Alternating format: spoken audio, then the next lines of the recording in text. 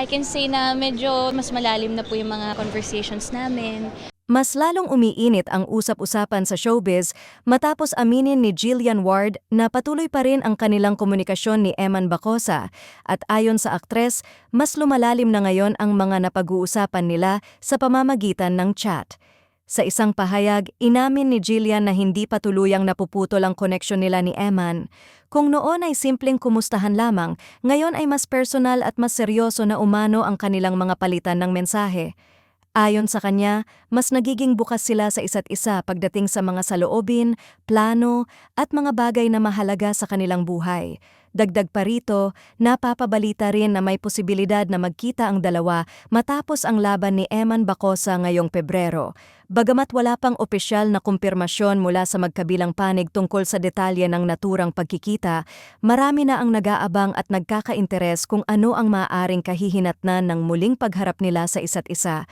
Dahil dito, hindi maiwasang magtanong ang publiko, may namumuo na nga bang espesyal na ugnayan sa pagitan nila?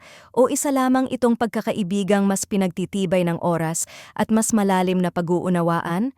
Samantala, kasabay ng paglalim ng komunikasyon ni Jillian Ward at Eman Bacosa, marami rin ang naghahangad na makitang magsama ang dalawa sa isang proyekto.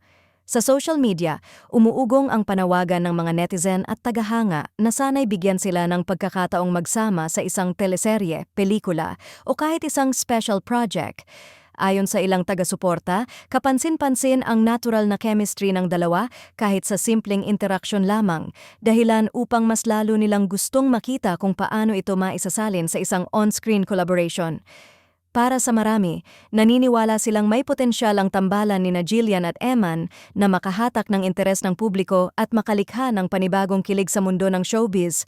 Sa kabila nito, patuloy pa rin ang pag-asa ng kanilang mga tagahanga na ang lumalalim na komunikasyon at ang balitang posibleng pagkikita ay mauwi hindi lamang sa personal na koneksyon, kundi maging sa isang proyektong tiyak na aabangan ng marami.